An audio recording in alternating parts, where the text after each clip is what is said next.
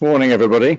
Welcome to the latest Good Lord seminar on the coronavirus and its impact on the lettings industry. If we haven't met, or if you're new to our webinar series, my name is William Reeve, and I'm the CEO of Good Lord and your host for today. I've been involved in the technology industry for over 20 years.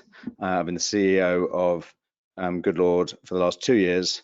My previous background includes various well-known tech businesses such as Love Film, Zoopla, and I'm now also on the board of Dunelm and Nutmeg. If you're not familiar with Good Lord, we are an end-to-end letting software platform for the lettings industry, helping you manage the whole pre-tenancy process in one place, including automating all the key legislative processes to help agents comply. We reduce admin, we increase revenue, we improve the customer experience, and we ensure compliance throughout the tenancy progression process with a cloud-based software platform that many of you will be familiar with. I've been, sorry, excuse me just a second. I've been amazed to see the response we got from the survey we sent out yesterday, which was extremely helpful for us, and really it demonstrated why it's been such a popular topic to call this webinar this morning. We get over 100 of you respond to our survey. A very clear majority of you confirmed that you are worried about what you're hearing in the news. You're worried about the impact on your industry. You're worried about your impact, about the impact it has for your agency, and over half of you are very worried about the impact it could have on your family. So we've got a lot to talk about today. We'll talk a little bit more about the reasons to be worried, and I think we'll also talk about the reasons why we should keep calm. But let's push on. So what we're going to cover today are 5 topics. We're going to start with exploring what a pandemic is and lessons from previous pandemics around the world. We're then very lucky to have Dr. Armando Gonzales Ruiz on the line with us, who's an NHS practitioner in this space and is going to take us through some of the details to help us understand it better. And we're then going to turn to what the impact is on the real estate industry before diving into some of the legal ramifications for lettings in particular, where we've got Simon Richards from DAS Legal joining us. And we'll finish with 5 actions that we can all consider to help us prepare for these disruptive times. But let's just kick off quickly with the what we mean by a pandemic. A pandemic is defined by the World Health Organization as a worldwide spread of a new disease, based on the geographic spread of the disease, the severity of the illness it causes, and its effects on society. We've tabled here some of the best known pandemics over the ages, and I think you can see there's been no shortage of them, especially in the last 20 years. In terms of fatality rates, COVID is by no means the most dramatic pandemic we've seen. It certainly isn't comparing with the most lethal of them all, which was just over 100 years ago, the Spanish flu, let alone some of the more recent ones actually, such as MERS and the bird flu. But in contrast to those, it's been spreading very much more quickly, and it's already reached 145 countries, and the fatality rate so far is being reported as over 3%, although as we'll discuss, there's quite a lot of variation beneath these numbers. The key slide that I think is affecting a lot of the news we're all hearing at the moment, this is a slide courtesy of the BBC, is the need to delay the impact of this virus. We'll be talking a little bit more about this, but the key issue here is that the speed at which it travels has been threatening to overwhelm healthcare systems around the world. And to the extent that we're able to flatten the curve and push out the impact of the virus over a longer time period and reduce the peak number of cases, we improve the healthcare system's ability to support the affected people. And in the NHS's case, of course, the summer months are the slightly lighter months for the NHS. So if we can extend that curve through into the summer, we increase the chance the NHS can successfully treat more and more of the affected patients. That's the thinking behind the policy changes we've seen around the world to really delay the onset of the virus. The words we're hearing here are social distancing. And what does that mean? Well, I've got in mind those old chickenpox parties that I think we all remember from our childhood. Where as soon as you get very infectious diseases, the question is how quickly do they spread? And there's a little table here on the screen showing the spreading rates, if you like. That's what the scientists call R0 or R0 for various diseases. COVID-19 is by no means the most infectious of a load of well-known diseases, which I think that award goes to measles. But nonetheless, it's got an R0 of over 1, which means every affected person will infect more than one person. And that is why it travels so quickly. The logic of a chickenpox party, of course, is to reduce social distance and try and infect as many kids as possible, because the younger you are when you get chickenpox, the safer it is for you. And getting it once provides immunity for life. So, but the same logic of chickenpox parties is the logic we're using now, but in reverse. We're trying to separate people as far as possible and increase the social distance with a hope to bringing down this infection ratio. If we can get it down below 1, then we will completely nail the virus. It will decay to nothing. But even if we just reduce it, we will be slowing the uptake and delaying the peak period, hopefully into the slightly easier summer months.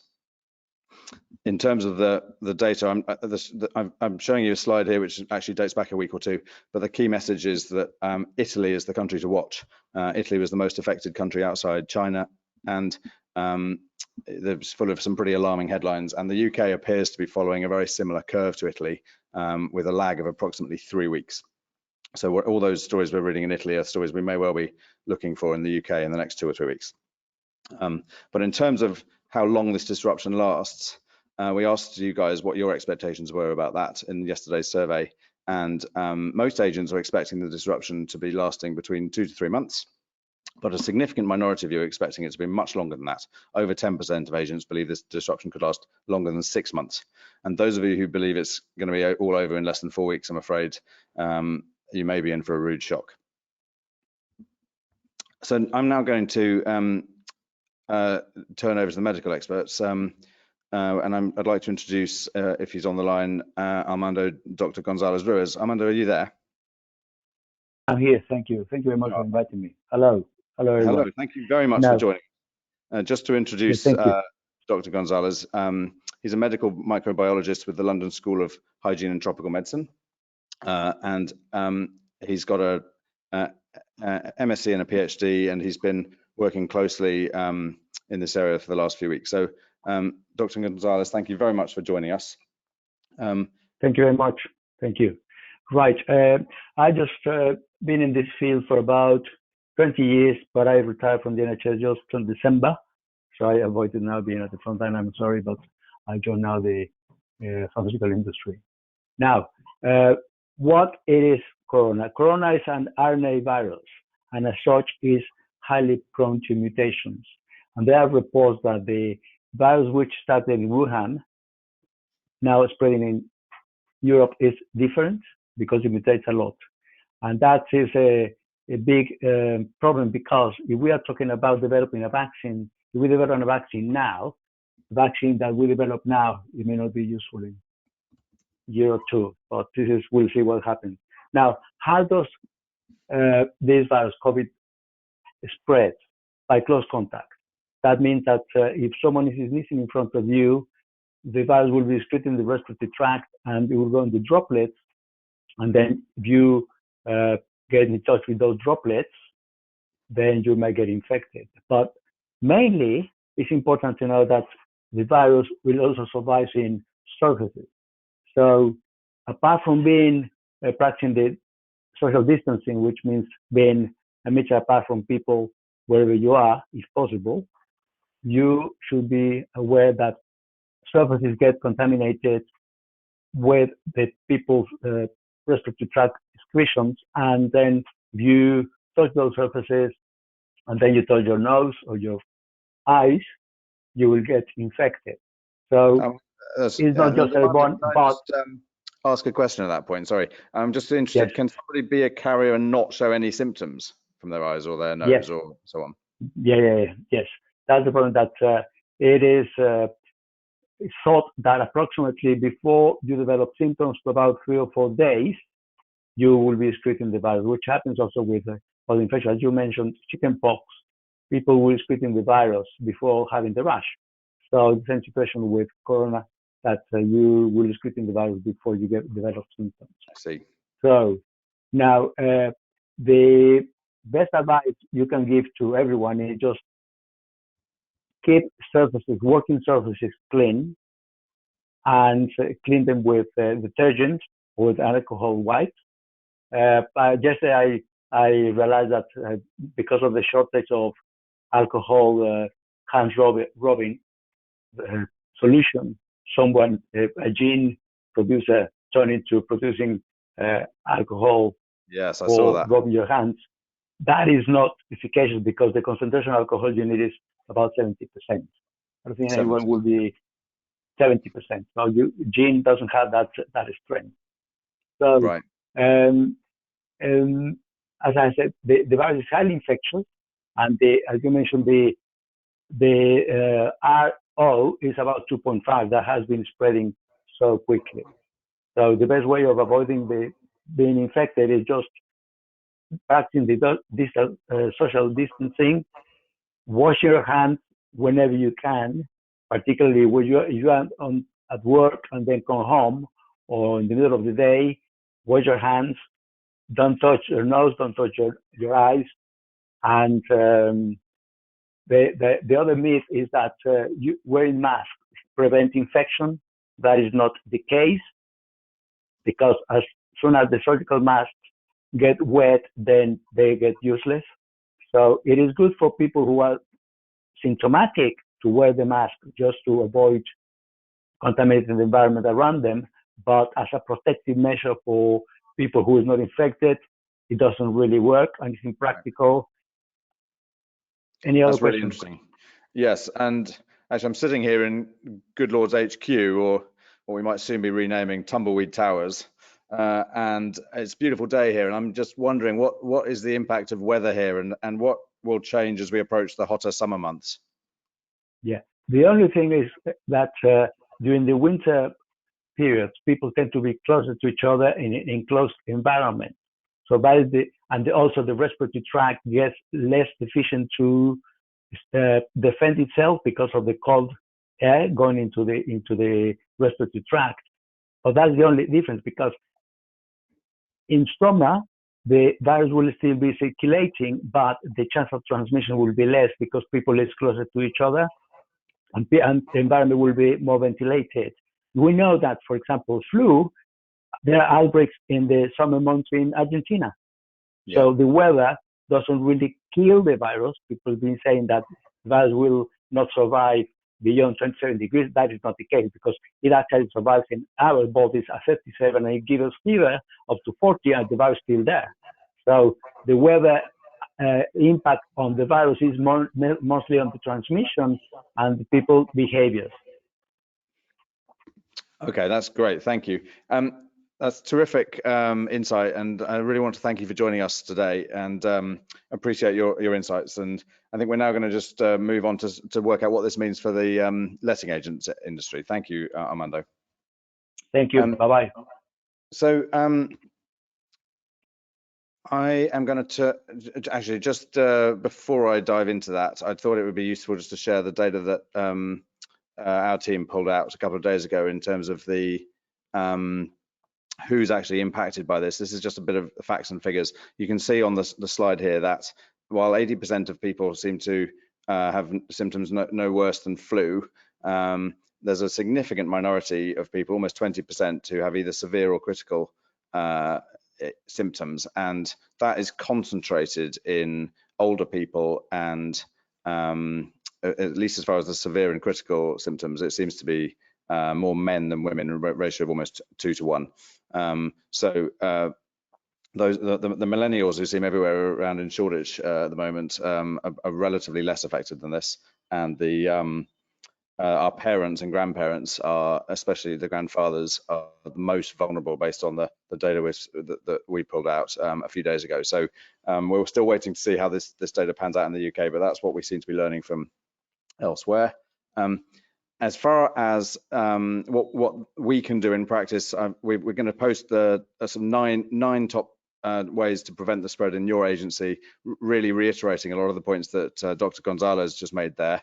around soap and paper towels, both for your hands and for your surfaces, making sure that your maintenance contractors are doing that too, considering extra cleaning, I suppose, when a tenant vacates the property. But the big topic at the moment, especially after the Prime Minister's news conference last night, is about working remotely. And for a lot of us, that's a real challenge, is that we're a very people business. So we're going to spend a little bit more time talking about that in just a second. But before we do that, let's just have a think about the sort of macro picture. I think there's some important trends to examine here, and which I think account for some of the levels of worry that we've seen in the survey we did earlier in the week. So the stock market is the big news, I think, outside the coronavirus, and the UK stock market, for example, has fallen over a third in the last few weeks. It was almost 7,700 in January. It's dropped well below 5,000 in the last couple of days. Why does that affect us? That affects us because a plunging stock market is often one of the causes of a financial downturn and a recession. That plunging stock market saps confidence, saps the economy, and those impacts then cause financial problems for people, for banks, and for companies. And we saw that very much, those of us who are old enough to remember it, back in the last global financial crisis of 2008, hitting the residential sales in the UK particularly hard. Sales fell almost 2/3 and took a very long time to recover. So it was a brutal period for the sales side of the industry, and I think starts to explain some of the levels of worry that agents can be feeling. And indeed, actually, from what you told us in the survey yesterday, we're already starting to see an impact on our businesses.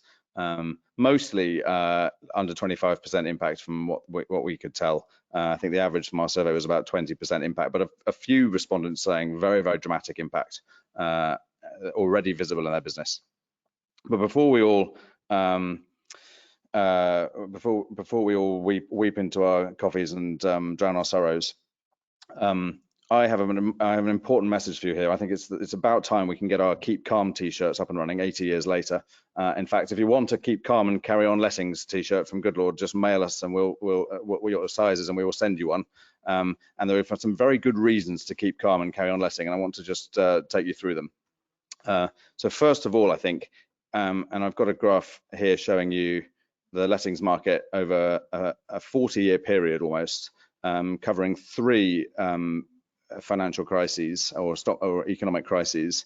Black Wednesday in 1987, which even I am only just old enough to remember. The dot-com crash in 1999-2000, and the 2008 global financial crisis, the subprime crisis. And what I've got on this graph is just the renting market in the UK, both social and private. And I think all of you who can see that graph would agree there was no impact whatsoever visible on the lettings, the renter households over any of those crises. And in fact, the rental market in the UK has been on a pretty long boom in the last 15 years, and the global financial crisis in 2008 seems to have made no difference to the gradient on that graph. So I think those of us on the letting side of the industry have good reasons to keep calm, certainly relative to our sales colleagues. And indeed, we asked you guys yesterday in our survey what plans you're already taking, and we included on that survey hiring more people or letting people go. And I was interested to see that there's significantly more agents talking about hiring more people than letting people go. But the numbers are relatively small. The bigger change that people are planning to do is more to do with changing payment policies and timings, which almost 40% of you mentioned at least planning to do. So that's the sort of wider picture. I think the sales side of the industry could be up against some quite tense times, but the letting side of the industry we feel is very much the sort of stable, predictable, steady Eddie part of the industry. And let's now dig into the operational side of that in a bit more detail. Simon, have we got you on the line? Yes, good morning. Morning, Simon. Thank you very much for joining us. For those of you who don't know Simon, he's a senior associate solicitor legal advice with Das Legal, and he's here to help us understand some of the more operational questions, especially I think around rent guarantee insurance. We've had a whole bunch of questions sent to us, so I'm going to just take you through some of those, Simon, if I may. The first question actually I wanted to cover is what are the legal implications if a property can't be accessed for repairs due to self-isolation or quarantine, either of the tenant or the contractors? Yes, so interesting question, William. So let's move to the tenant first. Now, the key issue with tenants is that, and we've heard from the medical expert as well, I think the key to this is about planning. So a tenant is only going to sort of self-isolate for about 7 to 14 days. So I would expect that you can plan around that and ensure that any repairs that need to be done are done either after that period or when the tenant informs you that they are not symptomatic or have received a negative test. But I think with all of this and with a half an eye on litigation, if you have a good paper trail to say that you have taken all reasonable steps to carry out repairs, maintenance, and so on, then that should defend any litigation against you. Moving on to the contractors, now I imagine this virus is going to affect them just as it has everyone else. So I guess for letting agents, you need to kind of make sure that they're adhering to all the medical guidance and that you've got enough on your books to ensure that repairs can be carried out. I mean, the key message throughout all these questions are that, there is no legislation changes. As far as the law is concerned, it's carry on as normal, but do your best in the circumstances. So again, I think planning is key in ensuring that you've got enough contractors on your books to call upon, and encouraging tenants to keep a dialogue with you if they're not able to let contractors in. But like I said, you can only have a short delay because of this virus, and make sure that those repairs are done as soon as possible. Great. No, thank you very much, Simon. What about the earlier part of the process, the right to rent process and the document checks for that? How should agents approach that? So again, there's been no legislation change here, so you still have to do your right to rent document checks, and as is often the case, you're going to need the individual to come in and hand over their documents. And if you look at the guidance from the government and the Home Office on this matter, you've also got to check that the holder of the documents represents the identity of the individual that's holding them. So practically speaking, you still need to do this right to rent check, and you still need your prospective tenants to come in and provide that documentation. I guess you owe a duty of care to your staff to ensure that they are taking all the necessary precautions to ensure that the virus is not going to spread in your offices, and keep the social distancing. But as I said, there's no legislation change. You've got to do it to avoid facing the fines, and ultimately, with this right to rent legislation, custodial sentences are the worst case scenario. But as I said, as long as you take all reasonable steps to ensure that your prospective tenants are coming in and handing over their documentation, and that you sanitize and wash your hands afterwards, then I think all should be fine. Okay, but you can't do that one remotely. Like I said, the legislation hasn't changed. You've got to do a document check, and that requires the individual coming in to do that. Yeah. I guess you've got to then, as a business, find a way of ensuring that can be done as safely as possible. Yeah. Okay, and then for tenants who either get affected or find themselves in self-isolation, what happens if a tenant can't pay their rent due to that? Well, I think this is going to happen. We do take a lot of calls from businesses where they're having to let staff go, even in the last few days. So I imagine this is going to have a big impact on tenants' ability to pay.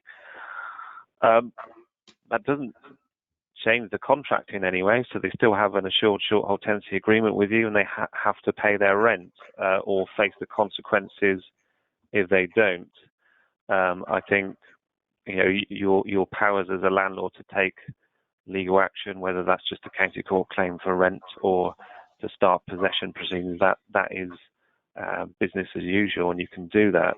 I guess if you have a tenant that normally is a good tenant and pays their rent on time, it's then down to the landlord and the tenant to agree a temporary measure with some conditions to repay at a later date. But as I said, your rights as landlord has not changed, and you can take all the action that you need to enforce your agreement.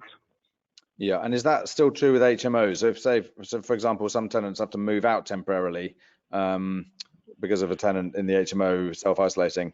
Are they still legally obligated to pay the rent? Well, again, we've had a quick look at the legislation on this, and again, there is no guidance from the government or from the legislation about HMOs. If you have a licensed HMO and others take it upon themselves to leave, then they are still legally obliged to pay the rent. Yeah. What advice do agents have the right to give to their tenants here? Well, there's no legal obligation on agents and landlords to give any information to their tenants. I guess you've got to decide as a business whether you want to be approaching your tenants, especially if you've got things to arrange like gas safety certificates or any other inspections. That's the time when you reach out to your tenant and say, look, we need to plan this in. If you're self-isolating, let us know early so that we can plan around it. Other than that, there's no obligation on you to provide any guidance. If tenants contact you, then refer them to the government and NHS guidance. Yeah. And of course, after the tenant fee ban that came in June last year, it's been some of the previous practices around asking tenants to pay for a deep clean at the end of the property were banned. Is there any change in that arrangement as far as disinfecting properties at the end of the tenancy, needing to deep clean properties, etc.? Have you got any advice for people there? Well, the legislation is quite clear on this matter. There is a transition period at the moment, so any landlords that have pre-existing agreements, they can certainly call us for legal advice on whether they can charge for a clean. But under the legislation that's in place for new tenancies, you cannot charge for a deep clean, and I guess it's then just down to letting agents, landlords to decide whether that's appropriate. Yeah. And what about if the contract's ending, the notice has already been served, but the tenant finds himself in self-isolation, or even maybe can't go home due to travel restrictions, maybe a foreign tenant, for example? What can or should agents do then? Well, there's some practical and legal considerations here. So if a notice has been triggered, whether that's to the tenant or the landlord serving either a Section 8 or Section 21 notice, then effectively the tenant should be leaving, and the landlord can take action to remove the tenant through the courts, as they do normally. But I think that then moves us on to practical considerations. If you are satisfied that the tenant is going to leave, albeit that they are self-isolating or are just waiting for the next available flight or train or whatever to leave, then a temporary measure is fine. Again, I appreciate that you're not able to relet the property, but the alternative is litigation, and it's going through the courts and getting the next available slot for a court order. Now, as I said, I think from previous pandemics, the judiciary are also affected, and that can delay proceedings. So if you can think about a practical solution, that's fine. Having a dialogue with your tenant is key to this. I guess the other thing is that if you are going to take legal action, bear in mind that any notices that you have served, so your Section 21s or your Section 8s, they're only going to be valid for 6 months. So make sure that if you are needing to litigate, that you do that in good time in order for it to be valid, and that you can then get a valid possession order. Right. And are there any other rights that landlords and agents should be aware of regarding Section 21, Section 8 evictions during the pandemic? Well, the real concern I have is under the Section 21 procedure, there's a lot of hoops that landlords have to jump through now to ensure that they are valid. So your deposits, your EPC, your right to rent information, the gas safety certificate. So my concern here is that things like that get delayed, and therefore that stops the landlord being able to service Section 21. So for your new tenancies, it's about making sure that you plan it in and allow more time for certain things. For renewals, again, it's making sure that your gas safety certificates are done in good time, and allowing a longer period, I think, so that if a tenant comes back and says, actually, I'm self-isolating or I have the virus, you can then have plenty of time to rearrange it and get it done. Yeah, okay. And if I mean, in Italy, they've been closing retail stores. If the government closes high street branches, for example, or small businesses even, I suppose, what will be a letting agency's rights if that happens? Well, at the moment, there isn't legislation in place to close theatres, cinemas, pubs, restaurants. It's government guidance. It's advisory at the moment. So no legislation has been brought in. But I guess this will, if they do legislate, then we have to follow those rules. I imagine the guidance will just continue to be advisory at the moment. And, this will apply to all small businesses, including letting agents. I guess you then got to decide what you can do remotely, what you can do without needing to interact with prospective tenants and so on. But where you need to, I think you just got to put adequate measures in place to ensure that contact is minimized and that you're regularly washing your hands, cleaning surfaces and so on. Bear in mind, you also, if you have staff that work for you, you have a duty of care to ensure that that you are providing a safe working environment. So again, it's about making sure that you have staff, if they are having to work in the office and having to meet other individuals, that they are properly protected. That's great. Well, Simon, that's really helpful of you to help us with those questions, and really great to have your expertise available on this webinar. So thank you very much for joining us. No problem. And I think we'll move on to just wrap up with some practical tips for 5 actions for our agents to consider. Let's just whistle through five suggestions for people. So obviously, as the Army would say, we should all be planning ahead, and I think that means preparing as many pre-recorded viewings as possible. I know that there are a lot of videos going on at the moment of properties around the country.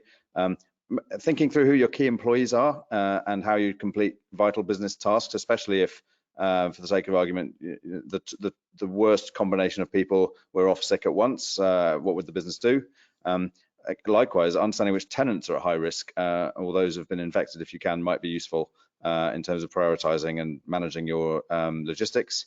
And I think, as with so many things, over communicating is the key here. Maintaining your relationships with tenants, with landlords on your plans, what you're doing, helping them understand what the implications are for them. So the first thing, I think, the motherhood and apple pie suggestion perhaps is planning ahead, but you can't do too much of it. More specifically, since the budget came out last week, there's some financial support now available, and it's worth understanding what that is. The sick pay, the government's announced a sick pay relief package for small and medium enterprises. A very, very practical way of handling statutory sick pay, which you should read up on, and that you can find more information on our blog about. There's a business interruption loan scheme they've just announced. I think details are still coming out, but again, we'll be posting more info at our blog. The HMRC has a time to pay scheme, if that can help on the cash flow timings. There are small business grants available, and obviously you should read your insurance policies carefully because in some cases your insurers will be there to help pay out. Working remotely is the big change for a lot of us. As the government asked yesterday that any of us who can work remotely do so. I know some of us have been trialing working from home days already. If you haven't started that, you should be doing that immediately. That'll mean making sure staff have the right equipment. That'll be making sure you're using cloud-based computer systems so that you can access them remotely. Obviously, some of you will be wanting to understand how you track productivity and making sure that the sort of work you're expecting is happening and that you've got the visibility you require. And then finding ways to keep your staff motivated when you're not in the same physical space as them.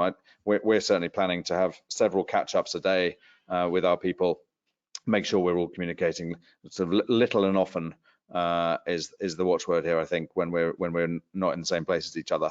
So make sure you decide your communication requirements and your strategy.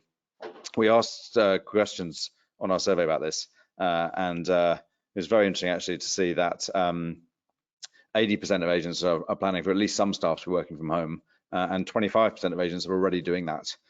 Technology is key here. Almost all the respondents, if they're not already doing so, they're planning to use technology to help in the situation, which is obviously, I suppose, why GOODLORD and the like are paying so much attention, getting so much interest on things like this webinar.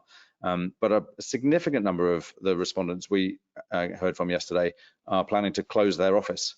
So about a third of agents that we heard from say that's one of their plans. So that's going to be pretty disruptive, as you can imagine, especially if the law is still asking for, people to bring things in physically. And on that note, we asked people what their attitudes are about working from home. Significant majority of people say they agree that they prefer working in an office to working from home. So these changes are not welcome, although there are a small number of people who disagree with that, obviously prefer working from home.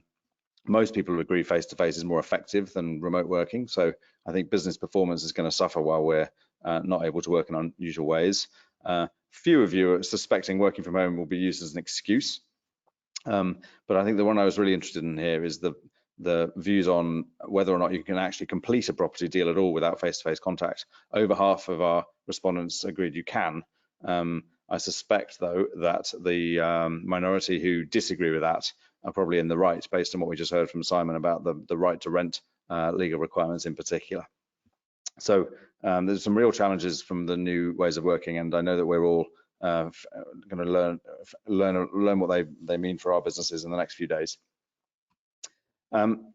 Next up is just thinking about how you can use your time when you're away from the office more wisely. We are actually thinking that, assuming this disruption lasts weeks, not months, then we're actually expecting the summer, which is always a busy period for us in the lettings industry, to be even busier, because some of the activity from the next few months is probably going to displace itself into the summer. So think about projects that will help you cope with that growth and finding ways to scale your business for what could be the biggest peak you've ever seen. You'll probably need to update your processes and documents for new legislation, especially if you haven't been doing so in the last few months. There's been a lot of it coming at us. Working from home is a good time to think about that. It's also a good time perhaps to be investing in your social media footprint, sort of stuff you can manage very easily from almost anywhere, as is staff training and education. And potentially is also a good time to be evaluating your existing suppliers and sort of stuff which often is quite difficult to do in the hubbub of the office, but maybe a bit easier when you've got a bit of time away from your desk. And finally, I thought it was just talking about what I called here defending your patch. I suppose my point here is if the lettings industry is the sort of high ground with the waters rising all around it, then certainly what happened back in 2008 was a lot of the agents refocused their business towards lettings as the sales side really suffered. So if that's going to happen, then the letting space is going to become significantly more competitive. Those of you who've been committed to it for a while should defend your patch on it, improving your marketing, improving your messaging, reinforcing your web presence and social media, making sure that your relationships with landlords are as strong as they can be. All your landlords are paid appropriately and know what's happening, and signposting government support where it's available, so that there are no chinks in your armor for anybody coming to try and park their tanks on your lawn. That's almost it. We're going to be updating our blog with this material and more as we get it. Feel free to check it out. If you want to book a call to speak to one of our team, Hannah's diary is actually available online at the moment. You can book a call at goodlord.co/book-a-call, and Hannah would love to hear from you. And other than that, it just calls me to thank everybody for joining. Our next webinar is on the 29th of April with Arla's David Cox, focusing on compliance. And I wish everybody who's on this call to put that in their diaries. I think just as a final word from me, I suppose most of us are finding these times completely unprecedented, and I think I know that this can be a cutthroat industry, but I don't know anybody in the industry who would wish ill health on anybody else in it. And I think that we all have a moral duty to help each other and to help our customers. And the customers, of course, turn to us precisely at times like this for help and assistance. So I know that we're all trying to work out how best to do that. Really appreciate those of you who've helped us in preparation for this webinar, submitting questions, filling in our survey, and I really look forward to having as many of you join on 29th of April as possible. And in the meantime, look after yourselves, look after each other, and goodbye. Thank you.